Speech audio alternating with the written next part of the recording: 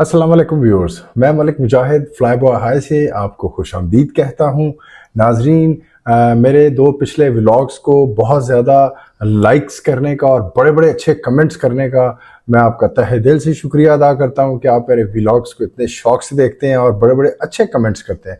कुछ critics comments करते हैं जिनसे मुझे मज़ीद अपने अगले आने वाले व्लॉग को अच्छा बनाने का मौका मिलता है, तो इसलिए मैं आप लोगों का शुक्रिया अदा करता हूं कि ऐसे क्रिटिक्स या ऐसे कमेंट्स करते रहा करें ताकि मुझे भी अपने आने वाले व्लॉग्स को और बेहतर से बेहतर आपके लिए पेश कर सकूं। नाजरीन, आज का हमारा व्लॉग एक ज़बरदस्त सुपरसोनिक एयरक्राफ्ट से रिलेटेड होगा। इसको कॉन्कॉर्ड कहते था, द कॉन्करर। ये जहाज था बहुत खूबसूरत, जस्ट लाइक अ ईगल, और ये एयर फ्रांस और ब्रिटिश एयरवेज से मिल के आपस में बनाया था। बड़ा खूबसूरत जहाज था। काफी अरसे इसने बड़ी सक्सेसफुल फ्लाइट की, फिर अचानक इसको बैन करना पड़ा, बंद करना पड़ा। लेकिन आजकल फिर सुनने में आ रहा है, न्यूज में आ रहा है कि दोबारा से ब्रिटिश एयरवेज और फ्रांस एयर मिल के कॉन्कॉर्ड को दोबारा से उड़ाने के लिए तैयार हो रहे हैं। उसमें जो खराबियां थी, जो कमियां थी, उनको पूरा कर। नाज़रीन, सुपरसोनिक, आवाज से ज्यादा तेज प्रवास करने वाला जहाज। मींस ये पेरिस से न्यूयॉर्क या वॉशिंगटन डीसी 3 घंटे में पहुंच जाता था। जो 15-15, 16-16 घंटे की प्रवास थी, ये 3 घंटे में अपनी प्रवास को कंप्लीट कर लेता था। तो नाजरीन, बड़ा जबरदस्त व्लॉग होने जा रहा है। मैंने इसके ऊपर काफी रिसर्च की, काफी मेहनत की आपको ये बनाने के लिए, इसलिए इसको गौर से देखिएगा और देखने के बाद इस व्लॉग को अच्छे अच्छे कमेंट्स दीजिएगा ताकि मैं अपने आने वाली वीडियोस को और ज्यादा बेहतर पेश कर सकूं। तो नाज़रीन, हम कॉन्कॉर्ड को लेके थोड़ी देर में आपकी खिदमत में पेश होते हैं। नाज़रीन, इसमें तो बैठने के बाद आप अपनी जो कुर्सी की पेटी है ना, उसको तो बांध ही लें, क्योंकि कॉन्कॉर्ड दुनिया का सबसे तेज तरीन और ये पहला पैसेंजर प्लेन था जो सुपरसोनिक था। तो थोड़ी देर में आपकी खिदमत में पेश होते हैं फ्लाई बॉय हाई अपना नई स्टोरी लेके, द कॉन्कॉर्ड।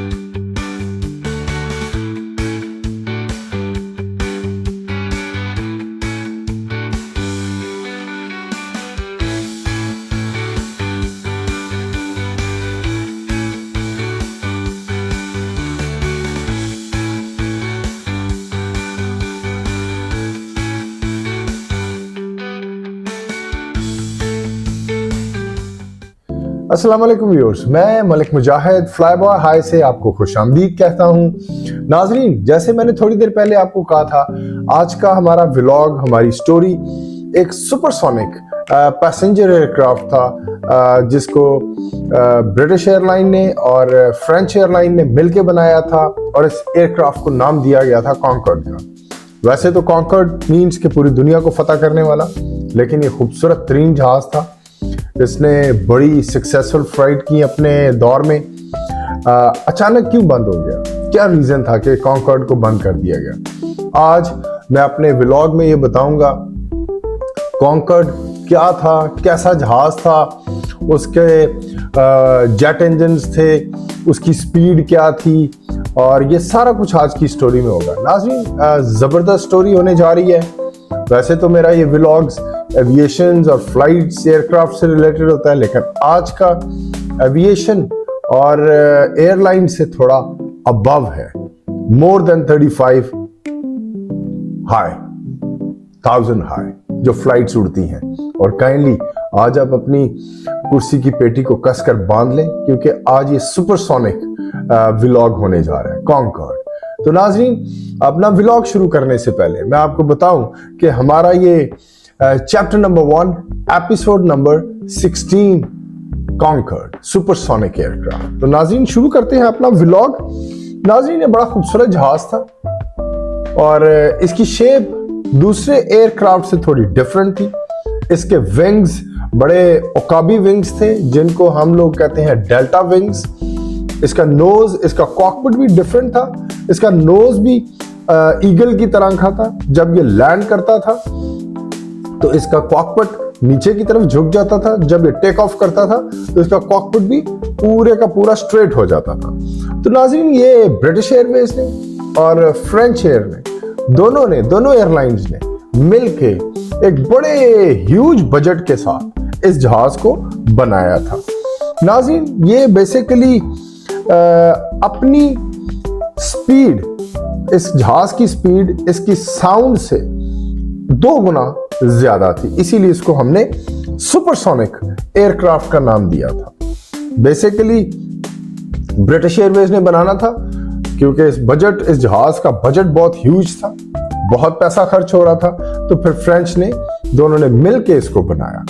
तो नाज़रीन ये कॉस्ट इसकी तकरीबन 2003 में 11 और 16 बिलियन पाउंड्स थी। उस दौर में 2003 में इसकी 11 से 16 बिलियन पाउंड्स थी। क्या बजट था इसका, बहुत बड़ा बजट था, बिलियन पाउंड्स था। नाज़रीन इसकी बेसिकली एक तो ये काफी लंबे अरसे से इनका प्रोजेक्ट चल रहा था इसको बनाने के लिए और क्योंकि ये डिले होता गया इसलिए इसकी कॉस्ट बढ़ती गई। तो ये फिर आखिरकार इन्होंने इस बजट को मैनेज किया और दोनों एयरलाइंस ने मिलकर ये कॉन्कॉर्ड बनाया। नाज़रीन इसमें जो पैसेंजर्स की कैपेसिटी थी बैठने की वो 92 से 128 पैसेंजर इसमें बैठते थे। और इसके नाज़रीन लैंडिंग गियर्स जो थे वो इसके 2 लैंडिंग गियर्स इसके नोज के नीचे थे और 2 लैंडिंग गियर्स मींस टायर 2 इसके जो डेल्टा विंग्स थे उनकी तरफ। तो ये टोटल इसकी 6 लैंडिंग गियर्स थे और आम लैंडिंग गियर से बड़े और मजबूत लैंडिंग गियर जो आम जहाजों में या 747 में लैंडिंग गियर यूज होते हैं, टायर्स का साइज ये उससे कहीं गुना ज्यादा बड़ा था। नाज़रीन इसके 6 डोर्स थे। 2 डोर इसके इमरजेंसी डोर्स रखे हुए थे उन्होंने। 2 डोर्स इसके, एक इसका कॉकपिट डोर था और बाकी इसके 3 डोर जो थे वो एज ए पैसेंजर्स बोर्ड वाले थे और कार्गो यूज किए जाते थे। तो इसके 6 डोर्स थे जहाज के जो पैसेंजर्स के लिए भी यूज होते थे। एक डोर कॉकपिट का था, बाकी इसके सारे मिला के इसके 6 डोर्स थे इस जहाज के। नाज़रीन जैसे मैंने आपको बताया कि ये बिल्ड किया था एयर फ्रांस ने और ब्रिटिश एयर ने मिलके। ये इसकी जो पहली ऑब्जर्वर फ्लाइट थी या इसकी टेस्टिंग फ्लाइट थी वो 29 मार्च 1962 को इन्होंने इस जहाज को ऐसे बनाने के बाद पहली दफा इन्होंने इसको ट्रायल के तौर पे उड़ाया था। और कॉस्ट मैंने इसको बता दिया आपके कि इसकी 11 से 16 बिलियन पाउंड्स इसकी इस जहाज की कॉस्ट आई थी। विंग्स भी मैंने आपको इसको बताए हैं कि इसके बड़े खूबसूरत विंग्स थे। आम जहाज़ों के विंग्स जैसे इस जहाज के विंग्स हैं इसके स्ट्रेट हैं, उसके इस तरह के विंग्स नहीं थे, उसके बड़े खूबसूरत, मैं आपको इसकी पिक्चर शेयर करूंगा, उसके डेल्टा विंग्स थे नाज़रीन। और नाज़रीन इसकी जो फर्स्ट इन्होंने जो स्टार्ट की थी इसकी first flight as a passenger flight वो 2 मार्च 1969 को इन्होंने इसकी पहली फ्लाइट जो थी वो इन्होंने शुरू की थी। और इसकी नाज़रीन जो स्पीड थी वो 2180 किलोमीटर के हिसाब से थी। मींस कि ये जो अपना डिस्टेंस कवर करता था 1355 माइल्स पर आवर ये जहाज अपना डिस्टेंस कवर करता था। कितनी इसकी स्पीड थी, इसीलिए इस जहाज को हमने सुपरसोनिक एयरक्राफ्ट का नाम दिया था। नाज़रीन इसकी जो पहली पैसेंजर फ्लाइट थी वो मैंने आपको बताया फिर इसके बाद इन्होंने एयर ब्रिटिश ने और एयर फ्रांस ने इसको रेगुलरली पैसेंजर्स के लिए ऑन फ्लाइट किया। तो पहली जो ब्रिटिश एयरवेज की फ्लाइट थी कॉन्कॉर्ड की, वो लंदन से बहरीन गई, और जो एयर फ्रांस ने अपनी फ्लाइट शुरू की, क्योंकि दोनों मुल्कों ने ये जहाज बनाया था, तो फ्रांस ने जब फ्लाइट की तो उन्होंने पेरिस से या वाशिंगटन डीसी और न्यूयॉर्क के लिए अपनी फ्लाइट शुरू की थी। दोनों ने बोथ ने सेम टाइम पे ही अपनी फ्लाइट शुरू की थी, क्योंकि दोनों का ये जहाज था। फिर इन्होंने ये फ्लाइट्स इन्होंने जब स्टार्ट कर ली तो फिर 1976 में एयर फ्रांस ने रेगुलरली अमेरिका के लिए अपनी फ्लाइट शुरू कर दी, जिसमें मोस्टली ये न्यूयॉर्क और वाशिंगटन डीसी को हिट करते थे, वहां पे ये जाती थी। नाजरीन, इसकी स्पीड मैंने आपको बता दी, ये सुपरसोनिक था। अगर ये पेरिस से न्यूयॉर्क के लिए फ्लाई करता था तो ये 3 घंटे में वो सारा डिस्टेंस कवर कर लेता था। जो रेगुलर जहाज उस वक्त थे 747 था या डिफरेंट जहाज थे, वो 16 से 17 घंटे में कवर करते थे, ये 3 घंटे में कवर कर लेता था। सिंगल ऑयल जहाज था, 2 सीट एक तरफ थी, 2 एक तरफ थी। मसलन 2 सीट्स हमने इधर रखी हुई थी, 2 सीट्स इधर रखी हुई थी। सिंगल था, बड़ा नैरो सा इसका फ्यूजलाज था, पतला सा जहाज था। स्पीड भी इसीलिए इसकी ज्यादा उन्होंने रखी हुई थी नाजरीन। और नाजरीन, इसका जो फ्यूल था वो बड़ा जबरदस्त किस्म का, बड़ा स्पेशल किस्म का हाई ऑक्टेन डलता था, जो इसके डेल्टा विंग्स थे उनमें था। और बीच में एक उन्होंने पोर्शन रखा था, उमूमन जहाजों के जो फ्यूल होते हैं वो इनके विंग्स में होते हैं, और उसके भी 2 विंग्स में थे, और विंग्स के साथ उन्होंने एक पोर्शन बनाया हुआ था जहाँ इसका फ्यूल रखा जाता था। और इसके जो लैंडिंग गियर थे वो भी बड़े हाइड्रोलिक किस्म के लैंडिंग गियर थे, क्योंकि ये साइज में लंबा और पतला था, तो जब ये अपने रनवे को हिट करता था तो फील ही नहीं होता था कि आप जहाज में बैठे हुए हैं।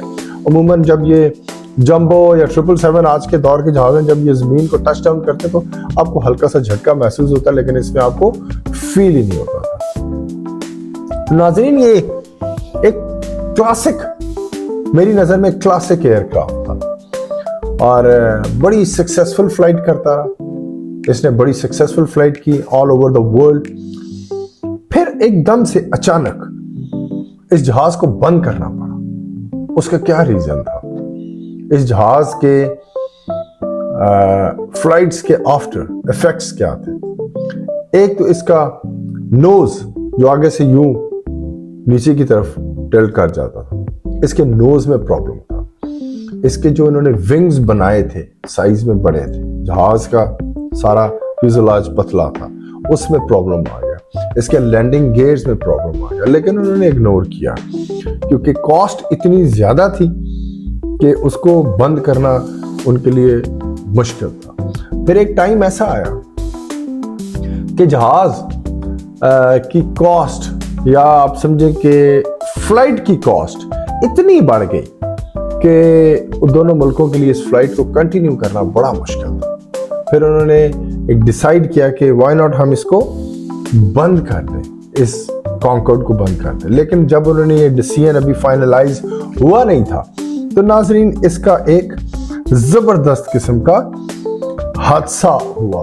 और वो हादसा हुआ, एक फ्लाइट पेरिस से फ्लाई की थी न्यूयॉर्क के लिए। तो नाजरीन जैसे इस जहाज ने लैंडिंग की तो इसके जो जेट इंजन्स थे उनमें आग लग गई, इसके लैंडिंग गियर भी फट गए और ये जहाज समझे कि बच गया। उन्होंने उसको कवर किया। फिर कुछ ही दिनों के बाद एक और फ्लाइट थी।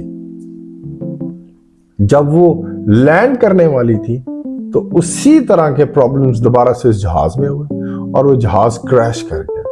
और वहां पे नीचे एक मुकामी छोटा रेस्टोरेंट था, एक होटल था जिसके ऊपर वो जहाज गिरा। और नाजरीन वो 109 पैसेंजर और 4 क्रू मेंबर्स इस कॉन्कॉर्ड के, वो अपनी जान से हाथ धो बैठे। और उसके अलावा जिस होटल पे और जिस रेस्टोरेंट के ऊपर वो गिरा था वहां पे भी बहुत सारी जानी कीमती जाया हो गई। और अभी तक उनका कंफर्म पता नहीं चल सका कि उस रेस्टोरेंट में, उस होटल में कितने लोग थे जो अपनी जिंदगियों से हाथ धो बैठे इस कॉन्कॉर्ड के गिरने के बाद। ये इसकी आखिरी फ्लाइट थी 25 जुलाई 2003 की। उसके बाद फिर इस जहाज को उन्होंने कंप्लीटली बंद कर दिया। नाज़रीन, लंबे सफर को समय देता था छोटे डिस्टेंस में, क्योंकि आप 16 घंटे की फ्लाइट को 3 घंटे पे मुहित कर देते हैं। Ticket is very high, service बहुत आउट क्लास थी, पायलट्स बड़े तजर्बाकार, बड़े जबरदस्त किस्म के पायलट्स थे। लेकिन जो सबसे बड़ी चीज है वो इसकी कॉस्ट थी। ये 2003 की कॉस्ट मैं नाज़रीन आपकी खिदमत में पेश कर रहा हूं। अगर ये 11 से 16 बिलियन पाउंड्स उस दौर में इस जहाज पे लगे थे, आज अगर इसको काउंट करें तो ये तो कहीं डबल ट्रिपल हो जाएगी।